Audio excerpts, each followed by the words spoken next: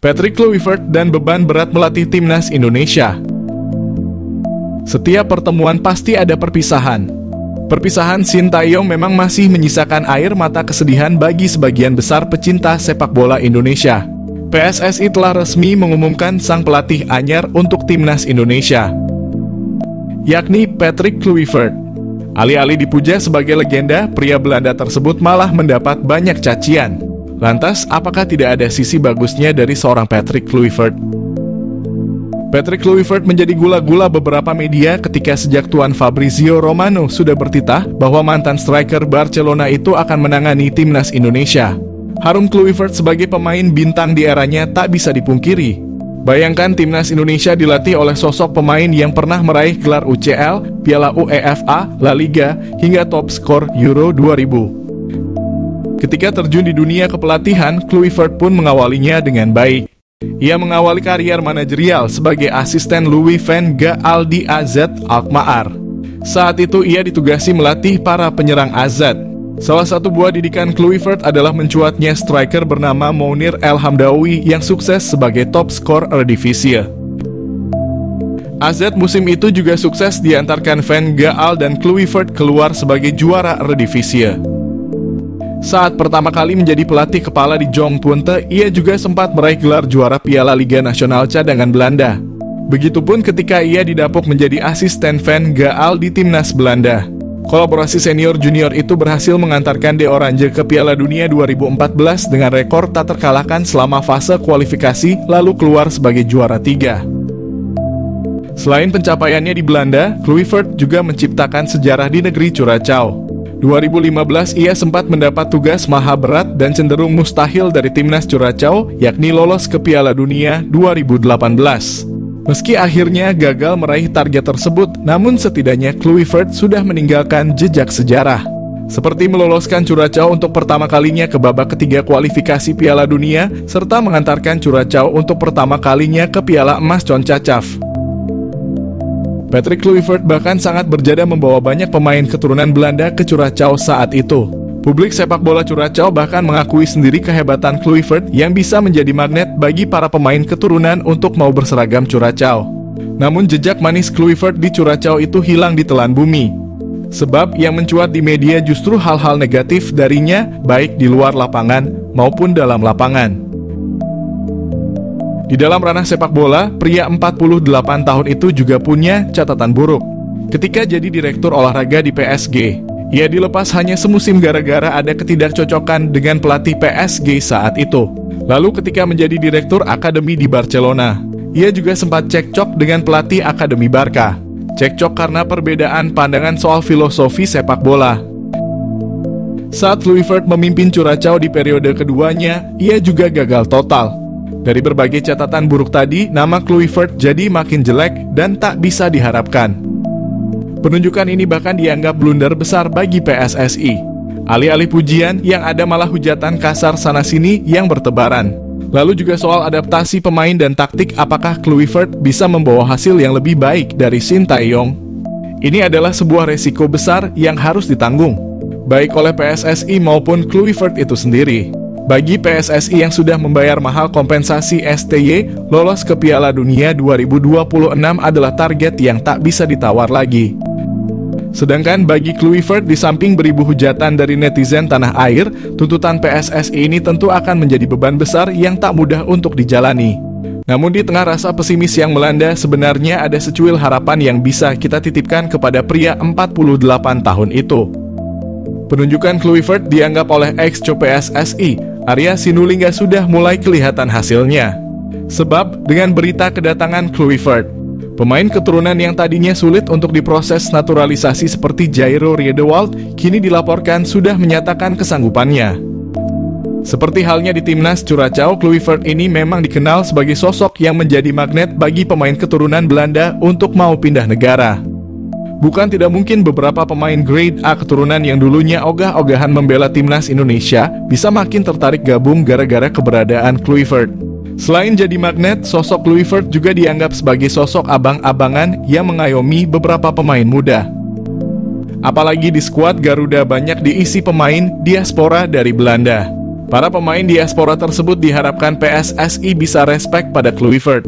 Kluivert ini ibarat figur pemersatu yang dibutuhkan di ruang ganti, supaya riak-riak konflik antar pemain dan pelatih tak terulang lagi. Kluivert tidak datang sendirian. Ia akan dibantu oleh beberapa asisten pelatih yang akan lebih bekerja keras merumuskan taktik dan teknis di lapangan. Alex Pastoor dan Denny Lanzaat adalah dua sosok asisten Kluivert di Timnas Indonesia. Dua asisten Kluivert tersebut punya rekam jejak yang cukup bagus. Teruntuk Alex Pastoor, pria 58 tahun ini pernah 3 kali membawa 3 klub berbeda Eerste Divisie promosi ke Eredivisie. Selain Pastoor, pengalaman Denny Lanzaat sebagai mantan pemain timnas senior Belanda juga dibutuhkan. Selain pengalamannya, ternyata punya kedekatan dengan Indonesia karena punya darah Maluku dari sang ibu. Dengan adanya secuil harapan ini setidaknya bisa memunculkan optimisme di tengah gaduhnya sentimen negatif pada Kluivert. Kluivert memang punya banyak kekurangan, namun ia kini adalah nahkoda Timnas Garuda. Patrick Kluivert resmi pimpin Timnas Indonesia, siap-siap banyak pemain grade A gabung skuad Garuda. Patrick Kluivert, ya pria Belanda itu kini banyak dihujani sentimen baik positif maupun negatif dari publik sepak bola Indonesia. Ia dianggap sebagai pelatih yang tak akan becus memimpin Timnas Indonesia. Akan tetapi di balik penunjukan Kluivert ini ternyata tersimpan misi khusus, yakni mendatangkan lebih banyak para pemain keturunan grade A. Kluivert ibarat magnet bagi pemain yang tadinya ogah-ogahan jadi makin tertarik gabung Timnas Indonesia. Hal itu bahkan sudah ia buktikan saat menukangi Timnas Curaçao. Lantas, siapa saja pemain grade A yang bakalan dibawa oleh Kluivert? Pemain yang santer dilaporkan akan segera dinaturalisasi adalah Jairo Riedewald. Mantan pemain Crystal Palace ini sudah disinggung langsung oleh Erick Thohir saat jumpa pers pemberhentian STY. Menurut pengakuan ex-Jo PSSI Arya Sinulinga, penunjukan Kluivert sebagai pelatih telah membuat Jairo Riedewald berubah pikiran. Yang tadinya ogah-ogahan, kini bahkan sudah mengatakan ya untuk segera gabung. Pemain yang berseragam Antwerp itu bahkan sudah menyiapkan dokumen untuk segera diproses. Proses naturalisasi Jairo diharapkan rampung sebelum Maret. Artinya, sang pemain sudah tersedia saat melawan Australia dan Bahrain. Kehadiran pemain yang juga punya darah Suriname seperti Jairo diharapkan mampu menambah kekuatan di lini tengah, khususnya sebagai gelandang bertahan. Duetnya dengan Ivar Jenner atau Tom Haye akan menciptakan kombinasi yang seimbang. Perannya yang lebih sebagai tukang jagal dan membantu pertahanan akan membuat lini tengah Timnas Garuda tak mudah diacak-acak. Selain Riedewald, gelandang lain yang dilaporkan akan gabung Timnas gara-gara keberadaan Kluivert adalah Joy Pelupessi.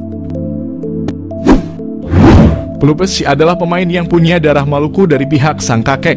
Dirinya pernah tertarik untuk bergabung dengan Timnas Indonesia gara-gara bujukan teman dekatnya, Saine Patinama. Pelupessi akan menjadi amunisi tambahan di posisi gelandang bertahan yang bertipe petarung seperti Jairo. Apalagi pemain ini adalah mantan anak asuh kesayangan Kluivert dulu ketika menangani Jong Twente.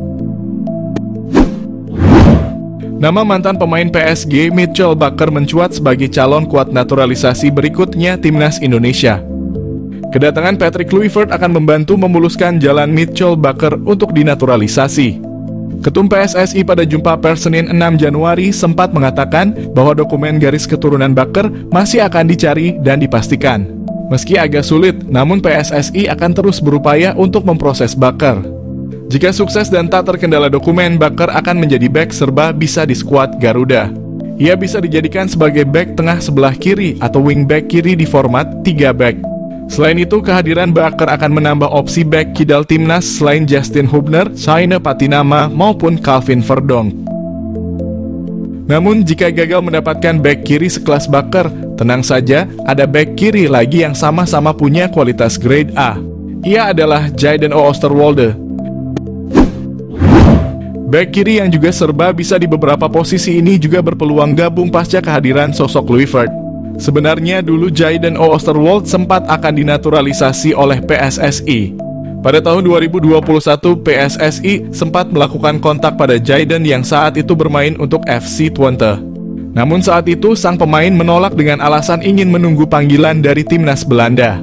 Seiring berjalannya waktu, kini ia tak kunjung mendapatkan panggilan itu. Pasca kehadiran Kluivert, timnas Indonesia berpotensi diperkuat beberapa pemain naturalisasi tambahan pasca Struijk. Struijk adalah pemain yang berposisi sebagai bek tengah. Pemain 25 tahun ini akan jadi opsi pelapis yang tepat bagi Jay dan Mads Hilgers. Ia akan jadi opsi yang lebih muda daripada Jordi Amat. Buat publik terkejut, Jairo Riedewald dan Miliano Jonathans bakal susul Kevin Dix untuk naturalisasi. PSSI kembali menjadi pusat perhatian publik setelah beredar kabar mengenai rencana naturalisasi pemain keturunan Jairo Riedewald dan Miliano Jonathans yang disebut-sebut akan menyusul Kevin Dix. Kabar ini memicu beragam respons dari para pencinta sepak bola tanah air yang menantikan kehadiran pemain-pemain dengan kualitas internasional untuk memperkuat skuad Garuda.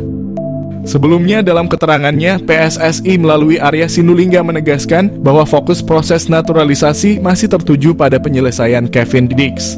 Namun diketahui kini Kevin Dix telah resmi WNI pada 8 November 2024 lalu.